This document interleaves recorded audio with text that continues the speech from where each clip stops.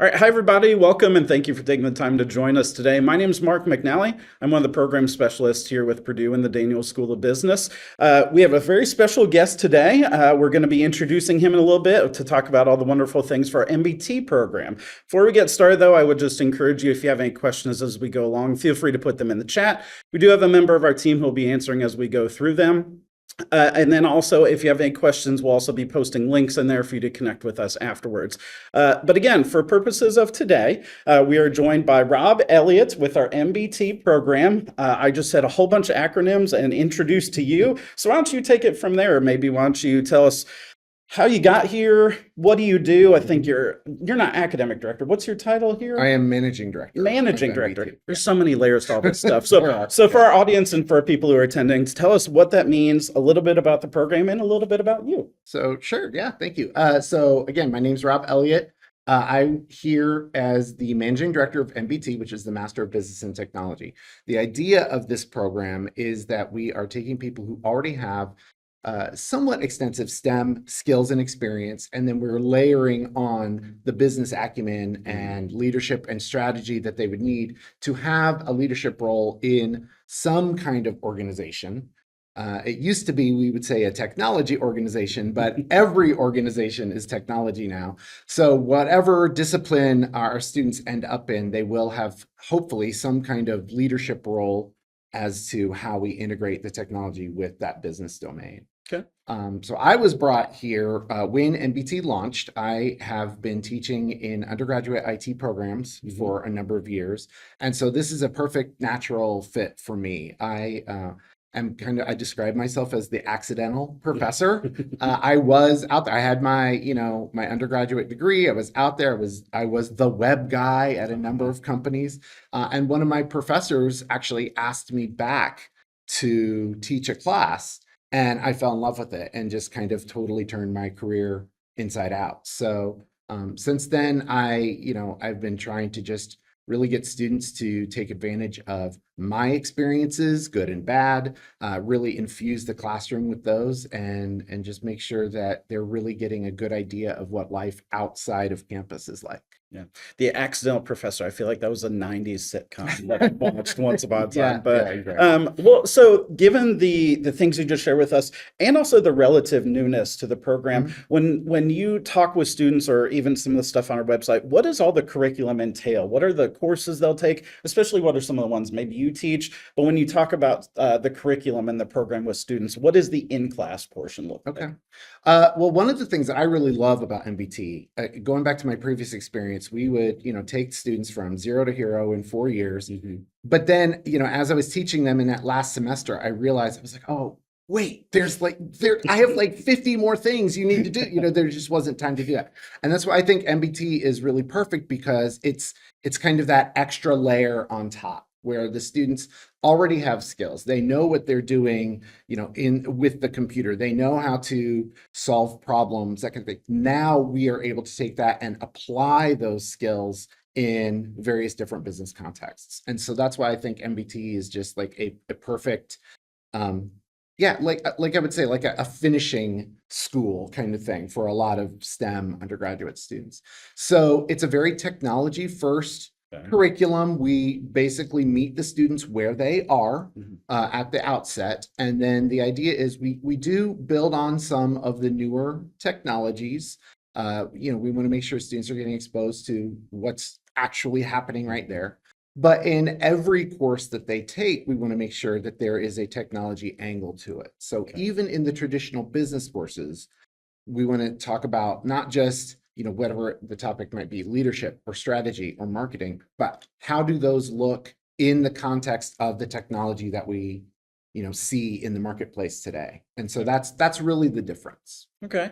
And I know I get asked as a recruiter all the time, it's like MBT, MBA, how do you differentiate those things? Is this more cutting edge and forward thinking? Like, I know there's concentration areas. Can you maybe help differentiate that a little bit in case somebody who's attending is still trying to make up their mind if they're considering multiple programs or just want to know more about MBT? Yeah. So like I said, MBT really kind of as a prerequisite is the ideal MBT student is somebody who has STEM experience and a STEM background in their undergraduate programs. So, and that's everybody. So I take a very huge definition of STEM. So that could be everything from math and stats to engineering to user experience design, whatever the case may be, that they have that technological, algorithmic kind of thinking. They've solved problems along the way.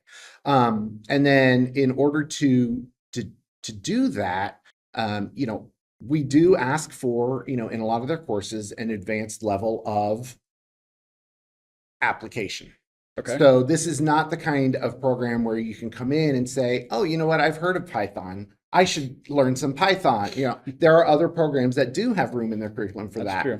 But in ours, we hit the ground running, right? And so students are interacting with huge data sets. They're training large language models. They're writing scripts to solve problems, pretty much from the outset. And is what I would say is the biggest differentiator, is that we kind of meet the students where they are at the end of their undergraduate program and then pick up and go barreling forward with it. Okay. And so given that Purdue, part of our history here is out of our School of Engineering, is this more for someone with an engineering background who's looking to add business, or is this maybe somebody who's a business background who's looking to add engineering? Like, as far as profiles, where do we fit on those? It's the unfortunate answer is both, right? Which makes Sure. your job a lot harder, I'm sure. But really what's happening here is twofold. Like I said, we have a lot of students who have very good experience in undergraduate education and just really haven't had a chance to apply those skills in any, I don't want to say any meaningful way, but any business presentable way. Gotcha. Right? They've maybe done a few internships, but they really just kind of did what they were told, or they've had a job, but it was relatively entry level. And those are valuable experiences. I'm not taking anything away from those, but I want to be able to build on top of those. Okay. And just like I bring my personal work experience into the classroom, probably too much, the students will say, I want them to bring theirs in too. I just had a student in one of my courses who she has a broad background in agile development. And so in a course where the students were learning agile development, there were times I'd throw it to her and she'd say, well, this one time, blah, blah, blah, blew up and here's how we handled it. So I really want to make sure the students are getting, practical, accurate advice to that. But going back to your question about the concentrations, the other good/bad thing about the program is that it is very flexible. And honestly, that's what appeals to me about it. If you go to the website, if you look at our documentation, we do have 4 named concentrations that the students can choose from. But the way the actual curriculum is written it's very mix and match. And I think that's a great opportunity for the students, because finally, as an undergrad, you get a few electives. A lot of times those get chewed up by internships or AP credit or something like that. In this one, fully 25% of the program is completely up to the students. Wow. So if they come to me with, a cybersecurity background and decide they want to do a few more courses on cybersecurity, absolutely. If they come to me with an engineering background and they're sick of engineering and they want to do more business style courses, or, maybe they want to go do some data science or something along those lines, absolutely, they can do that. So the nice thing is that we are really trying to spend a lot of time getting to know each individual student based on their background and their experiences, and kind of help guide them into where they might end up with some of those electives. But absolutely, it's definitely, the students can take control and make what they want to out of it. Or if they want to follow one of the predefined paths, they're welcome to do that as well. Yeah, he said it's good and bad, but truth be told, as recruiters, when we can talk about somebody like options and flexibility and malleability to programs, I would think actually most of our students would be excited to hear that. So you said something a second ago, and truth be told, it wasn't originally one of our questions, but I guess I do want to dig into it a little bit more. You said when you're teaching and you lean on your own personal experience. So faculty have different styles. So is that your style? Like, do you bring all the things you've done before and you're like, here's this thing that happened to me? Like, how can our students, if they have you in class, like, what is your classroom going to feel like? What is that personal experience? How's that going to tap into some of the things and the way you go about teaching? Yeah, well, I've never been the kind of faculty person who thinks that I need to be talking to be successful, right? Like if I am talking at the students for 90 Yeah. minutes straight, I feel like I'm doing something wrong. So my classrooms are organized chaos sometimes, but it's meaningful, and it does have a purpose at the end. I want it to be a two-way street. No faculty member is ever going to tell you this, but my least favorite day of the year is the first day of class. I hate the Interesting. first day of class because the students are all like, and I'm just up there and it's an echo chamber, and that's Yeah. not what I want. I want it to be back and forth. And so, yeah, I do interject a lot of personal anecdotes, good and bad, times I've screwed up. I love to tell Mhm. students the story about how I accidentally spent $3,000 on one query one time, but I think that it's meaningful that they can learn from those kinds of things. But I also, bring my successes and wins into the classroom as well. It's not necessarily all about me. I do it more as like an icebreaker, Okay. exemplar or non-exemplar, as the case may be. But I want to set the tone that this is a place of learning, and you're not going to get it 100% correct the first time, because if you are, then what am I doing? What are you Right. doing here? What are we Right? here for? Yeah, exactly. Yeah. All right. So you heard it here on the first day of class. Don't be mean to him. Go up to him, give him a pat on the back, tell him it's going to be They're not okay. mean, but they're scared of me, and I'm just like, no. That's not how this is going to go. Right? Well, hopefully we have a part after the break that will humanize you and make you a little There you more go. relatable. Yeah, So we're right. excited for that. So Sure. a couple more questions though before we take that break. So Yeah. I do think one of the things that's interesting about the MBT program is it's also pretty new. Mhm. And so I think it's grown out of a couple of concepts like you come to the table. I think even our dean of the School of Business had some elements Mhm. to it. So when we think of that, like what are some of the ways that students have already kind of had the light bulb go off about what this program is or what it could be, or even cast the future? Where do you think some of these things are going to go into the future as MBT continues to kind of like form its identity and grow and all of that? Yeah, no. So, like you said, MBT is a brand new program, and we created it as a new program not because other programs weren't good or anything along those lines, but there is a gap in the market. Yeah. Where you have people who graduate with technical skills and speak a very technical language, and you have people who graduate with business skills and speak a very business language. And there's a little bit of intersection in your undergraduate programs a lot of times, but it's more just knowing the vocabulary than the meaning, if that makes sense. Yeah. Right. And so what MBT tries to do is bring both sides of the house together, because what I like to tell my students is that they are going to be a translator more than anything else. They can translate business into nerd. They can translate nerd into business. Here's what happened when the system went down from a technical perspective. Here's what happened from a business impact perspective. And they're going to be in that role where they have to code switch, right? And I almost said talk out of both sides of their mouth. That's not true. But talk to different audiences about the same topic. And so that's what I think is really missing in the marketplace today, is people who really do understand it from different perspectives. Yeah. Yeah, it is true. So truth be told, if you've interacted with me, I work mainly with like our finance and marketing. Mhm. I do think as we get more specialized masters, you're right, that gap you're talking about, I think MBT fits perfectly into it. And so I'm so excited for all the things we're already doing. I think we've already seen some really good employment opportunities for our students. But again, we can talk more about some of those things in length. I think one of the last questions I have is, I try to do this with faculty as much as possible for our students who are attending, who maybe haven't been on campus before. And remind me, how long have you been here for? I came when MBT launched. Okay. So, yeah. So a little bit, Yeah, but are right. there any parts about campus that you already have found as like places you'd like to go to, or maybe large memories that you've had already, or just kind of like pockets of places that are your hidden gems? But again, paint the picture for our students who are joining us today of some places that you've just connected with already. What I really like to find are places on campus where you can have kind of those organic,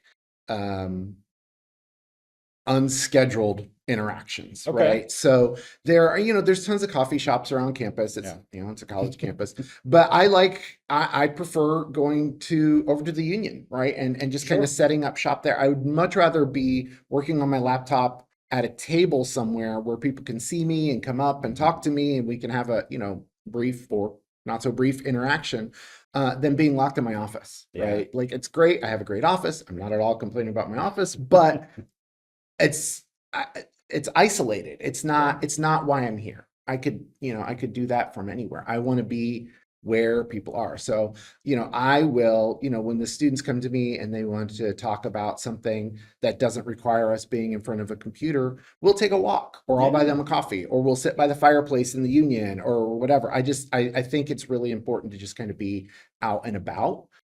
So that's really kind of the way I go is I just enjoy finding those spaces, whether they're learning spaces or more casual spaces. That's where I'd prefer to inhabit. Yeah. And if you haven't been on campus before, so at Purdue Memorial, I feel like it's like a contrast in and of itself. There's the downstairs part, which is all hustle and bustle, restaurants, jam-packed most of the time with students. And then you come upstairs and it's this like comfy, cozy, like not quite hotel, although there is a hotel, but it's almost just like a juxtaposition between those two things. And there are some really great spaces over there. I've often met with students, Starbucks and a couple other places are over there. So awesome. All right. So we're going to take a real quick break. We still have plenty after the break that we're going to talk through, but thank you so much for joining us already. As we take this break, if you have any questions you want to post in the chat, feel free to do so, but stick around for a little bit and we'll be right back.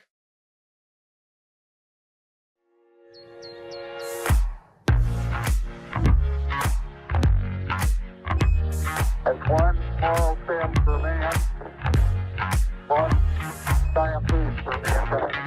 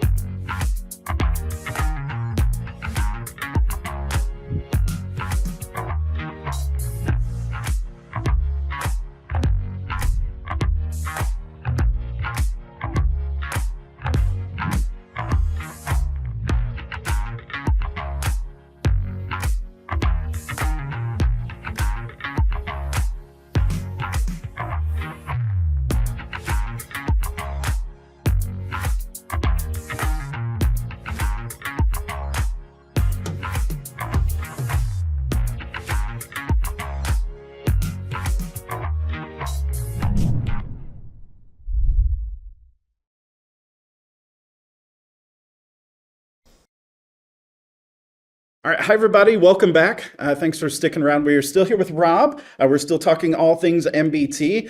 Hopefully over the break, if you all had any questions, you post them in the chat, both whether through the chat or I also got some questions ahead of time. There were a variety of different topics we could have talked about today, and so I want to kind of synthesize some of those down to one kind of core question to you. So from your perspective and the time you've worked with MBT, what are some of those things that students go through the program that they can kind of point to say, like, I learned this. It could be a skill, it could be maybe something about themselves. But what are some of those moments? What are some of those times where you just felt like students were learning something about themselves or their program as they went through it?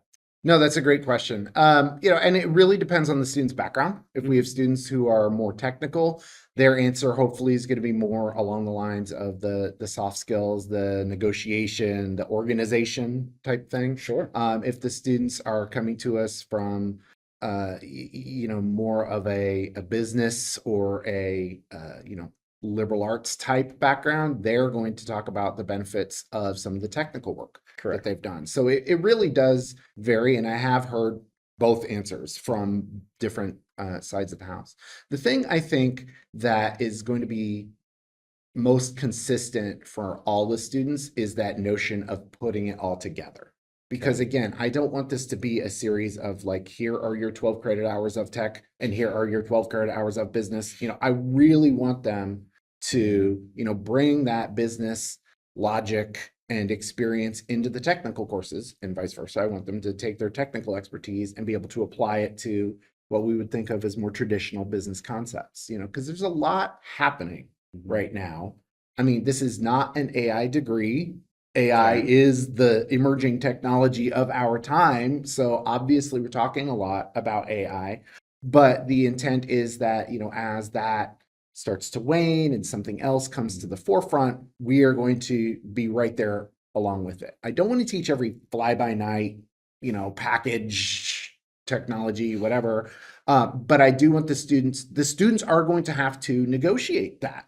What happens when you're in a business place and your boss comes back from a conference and has heard about this like new thing and immediately wants to do it? It's your job to, analyze it. Is it right for tool for the job? How do you talk them out of it? How do you implement it if you do it?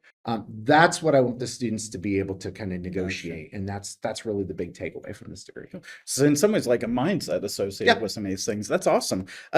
So much more to learn. I would really encourage you to connect with Rob. I know Tristan, who's our recruiter, will be able to connect with you as well. So lots of opportunities for you, lots of ways to still learn about the degree. So if you're in the audience and you're still making considerations, by all means, let us know. But one of the last things we're going to do, and we've done this if you've attended maybe an IFFO session somewhere else, I really am hoping this was a strategic move on my part to really connect you all, even though we're on a session right now, to like connect you all as people, humanize Rob to a certain degree. I mean, talking about his personal experience is one thing, but now I hope that you hear him say something, and on that first day of class, or maybe during orientation, you come up to him and you're like, I cannot believe you said whatever he's about to say. So, but we're going to do a couple of like kind of rapid fire this or that kind of questions. And so as we go through a few in the chat, if you want to answer, feel free to do that as well. So I do feel like the first one is a little bit AI, but maybe we'll move past it pretty quickly. But if you had a choice between an AI note taker or just old fashioned handwritten notes, which one of those are you picking? Both.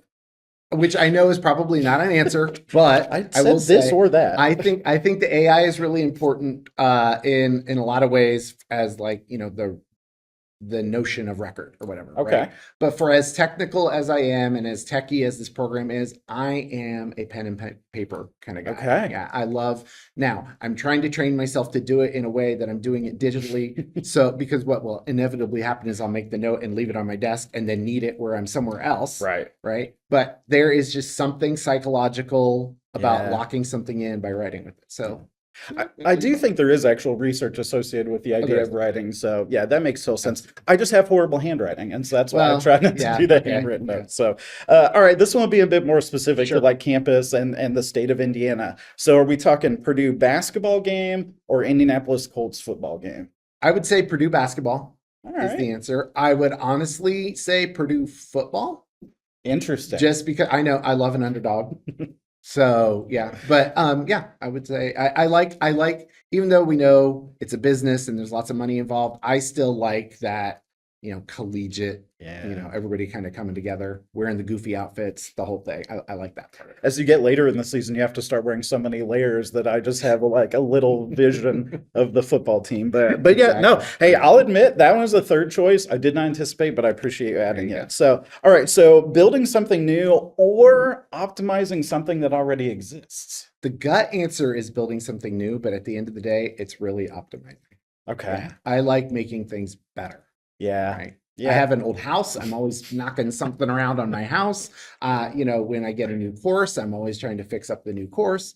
So yeah, I thought about that one for a while. I love this idea of you sitting at home like Tony Stark, like being able to move stuff around, be like, I want to put this there or that there or whatever the case. I didn't even realize that took you take some of this thing home with you as Yep, well. So absolutely. all right, so maybe for our students who are here, would you rather go to a networking event or just a workshop of some sort? If I were the attendee, Sure. I would probably say workshop, just because Okay. I really like learning something new. All right, if you had to be the host, which one? Probably I would still say workshop, as long as we had set the expectation that it was supposed to be an interactive Okay. two-way street. All right, fair enough. All right, so are you more somebody who is leading a team or supporting a team? This may be the most difficult. This of all is the a difficult ones. one because the whole servant leader concept or Oh, whatever. totally. Probably leader. Let's be honest, I'm a firstborn, I'm a Virgo. I like being in charge, but again, knowing that there's avenues for people to Okay. You communicate. just mentioned Virgo. Now we're getting astrological signs and know, it's- everything in yeah, there as I'm- well. So, yeah. okay. Automation or personalization? Personalization all the way. Yeah, I mean, you talking about the personal stories from you as a faculty member, I guess it shouldn't have been that surprising. Yeah, there's that, but there's also, even from a technology perspective, one of my degrees is in user-centered design and Okay. human computer interaction, and I think there is a lot of value in that we don't spend enough time talking about, right? Like systems have to be, I don't want to say fun, engaging, and they have to be effective. And I think that is often one of the last thoughts that developers Interesting. think about, and it really needs to be brought way more to the front. All right. So the last two may seem easy. Let's see if they're still as hard. So, and for some context, when I say this first one, it's a location near campus. So you'll have to look into it when you get here. So are you a Den Pop person or Grey House Coffee? You Coffee. mentioned all the coffee shops before. Coffee.